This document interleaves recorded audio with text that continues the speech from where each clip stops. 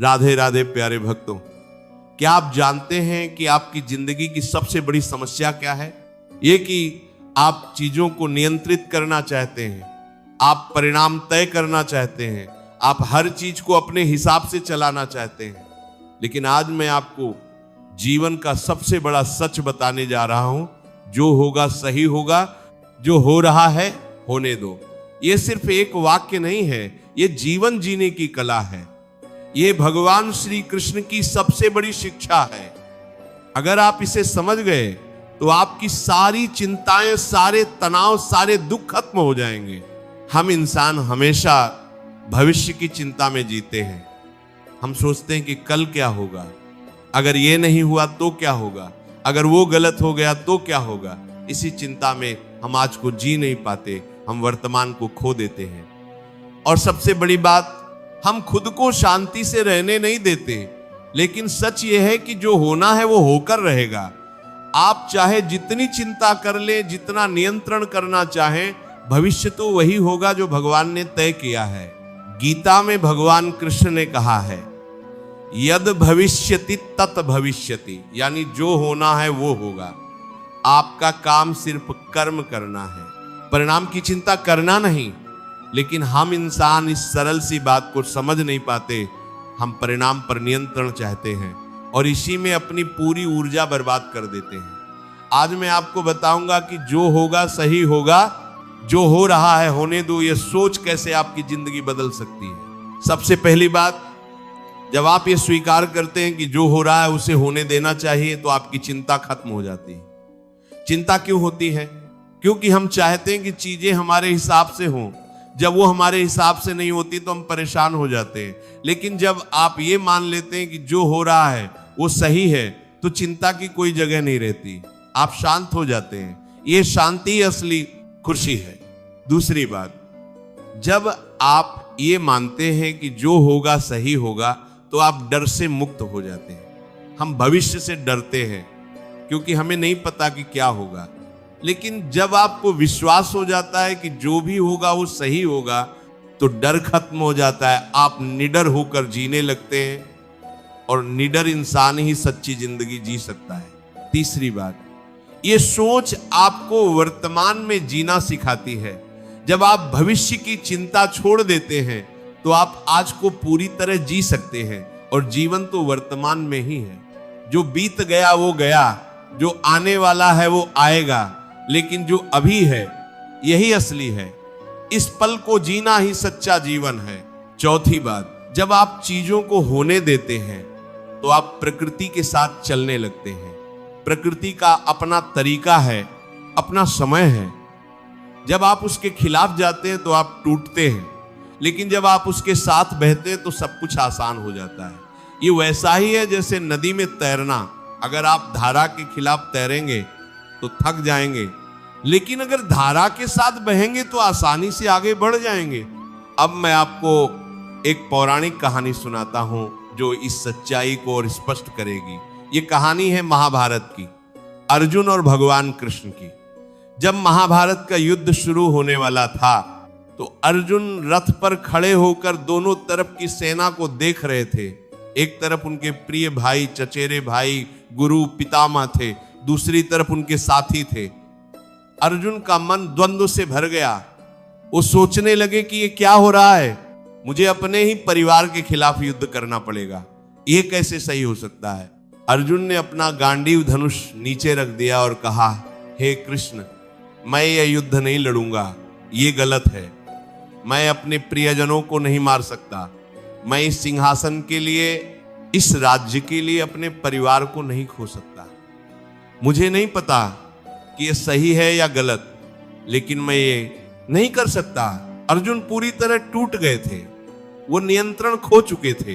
वो समझ नहीं पा रहे थे कि क्या सही है और क्या गलत। उसी समय भगवान कृष्ण ने अर्जुन को गीता का ज्ञान दिया। उन्होंने कहा, हे पार्थ, तू इस बात की चिंता छोड़ दे कि क्या सही है और क्या गलत। तू ये सोचना बंद कर कि क्या होगा। जो होना है वो तो पहले से ही तय है। ये युद्ध होना ही है, ये लोग मरने ही वाले हैं। मैं पहले ही इन्हें मार चुका हूं, तू तो सिर्फ निमित्त मात्र है, तू बस अपना कर्म कर, तू बस अपना धर्म निभा। कृष्ण ने आगे कहा, जो हो रहा है उसे होने दे, तू इसे रोक नहीं सकता। ये ब्रह्मांड का नियम है, ये काल का चक्र है, तू इसमें उलझ मत, तू बस अपना काम कर, परिणाम की चिंता मत कर। जो होगा वो सही ही होगा, क्योंकि जो हो रहा है वो धर्म की स्थापना के लिए हो रहा है, अधर्म को नष्ट करना है, और ये होकर रहेगा। लेकिन अर्जुन अभी भी समझ नहीं पा रहे थे। तब कृष्ण ने उन्हें अपना विराट रूप दिखाया। अर्जुन ने देखा कि सारा ब्रह्मांड कृष्ण में समाया है। उन्होंने देखा कि काल कृष्ण के हाथ में, उन्होंने देखा कि जो होना है वो सब कृष्ण में पहले से ही घट चुका है। ये देखकर अर्जुन को समझ आया कि वो सिर्फ एक माध्यम है, वो सिर्फ एक साधन है, असली करने वाला तो परमात्मा है। अर्जुन ने कहा, हे कृष्ण, अब मैं समझ गया, मेरा मोह नष्ट हो गया, मेरा संदेह दूर हो गया। मैं आपकी शरण हूं, जो आप कहेंगे वही करूंगा। मैं अब ये नहीं सोचूंगा कि क्या सही है और क्या गलत, मैं अब ये नहीं सोचूंगा कि क्या होगा, मैं बस अपना कर्म करूंगा, बाकी सब आप पर छोड़ता हूं। और फिर अर्जुन ने युद्ध किया और धर्म की जीत हुई। इस कहानी से हमें क्या सीख मिलती है? यह है कि हम जितना नियंत्रण करना चाहते हैं उतना ही हम परेशान होते हैं। हम सोचते हैं कि हम सब कुछ तय कर सकते हैं, लेकिन सच यह है कि ब्रह्मांड की अपनी योजना है, भगवान की अपनी योजना है। जो होना है वो होकर रहेगा। हमारा काम सिर्फ अपना कर्म करना है, बाकी सब छोड़ देना चाहिए। पांचवी बात, जब आप ये मानते हैं कि जो हो रहा है होने दो, तो आप संघर्ष से मुक्त हो जाते हैं। जीवन में सबसे बड़ा संघर्ष यही है कि हम चीजों को बदलना चाहते हैं। हम चाहते हैं कि लोग बदलें, परिस्थितियां बदलें, भविष्य बदले, लेकिन यह संघर्ष हमें थका देता है। जब आप ये स्वीकार करते हैं कि चीजें जैसी हैं वैसी ही ठीक हैं, तो संघर्ष खत्म हो जाता है, आप प्रवाह में आ जाते हैं। छठी बात, ये सोच आपको विश्वास सिखाती है। विश्वास क्या है?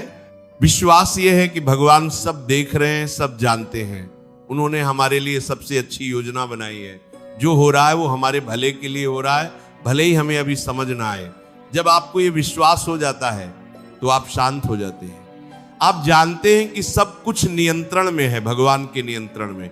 सातवीं बात, जब आप परिणाम की चिंता छोड़ देते हैं तो आपका काम बेहतर होता है, क्योंकि अब आप सिर्फ काम पर ध्यान देते हैं, परिणाम पर नहीं।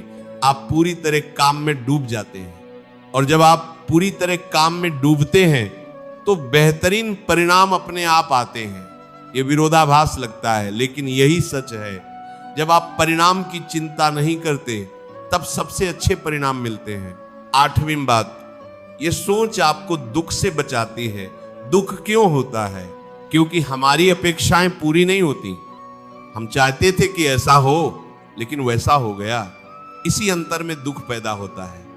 लेकिन जब आप ये मानते हैं कि जो हुआ वो सही हुआ, तो अपेक्षा और वास्तविकता में कोई अंतर नहीं रहता, दुख की कोई जगह नहीं रहती।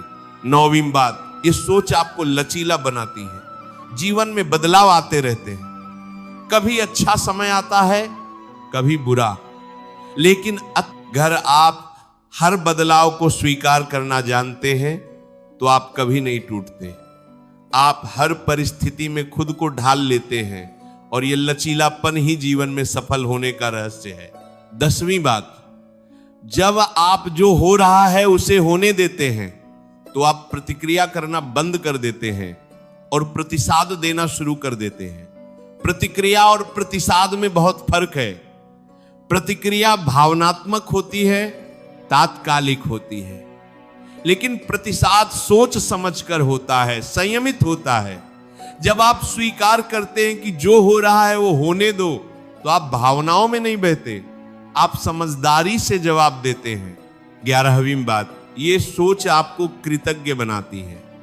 जब आप ये मानते हैं कि जो हो रहा है वो सही है, तो आप हर चीज के लिए भगवान का शुक्रिया अदा करने लगते हैं। अच्छा हो या बुरा, आप जानते हैं कि सब कुछ आपके भले के लिए हो रहा है।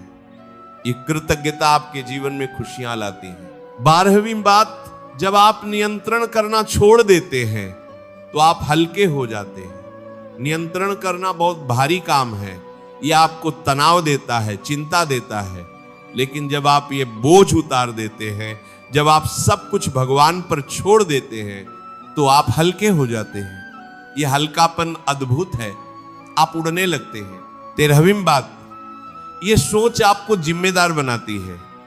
ये सुनने में विरोधाभासी लगता है, लेकिन जब आप परिणाम की चिंता छोड़ते हैं तो आप अपने कर्म पर पूरा ध्यान देते हैं।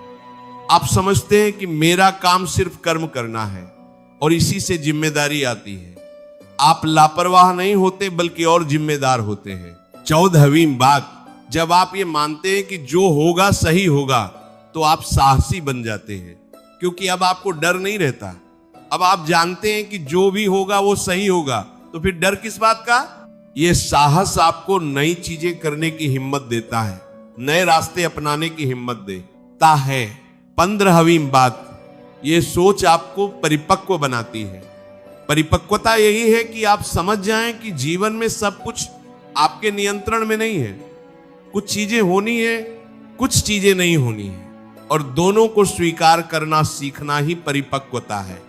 जब आप परिपक्व होते हैं तो आप शांत होते हैं, संतुलित होते हैं। 16वीं और अंतिम बात, ये सोच आपको आध्यात्मिक बनाती है, क्योंकि ये सोच भगवान में विश्वास से आती है।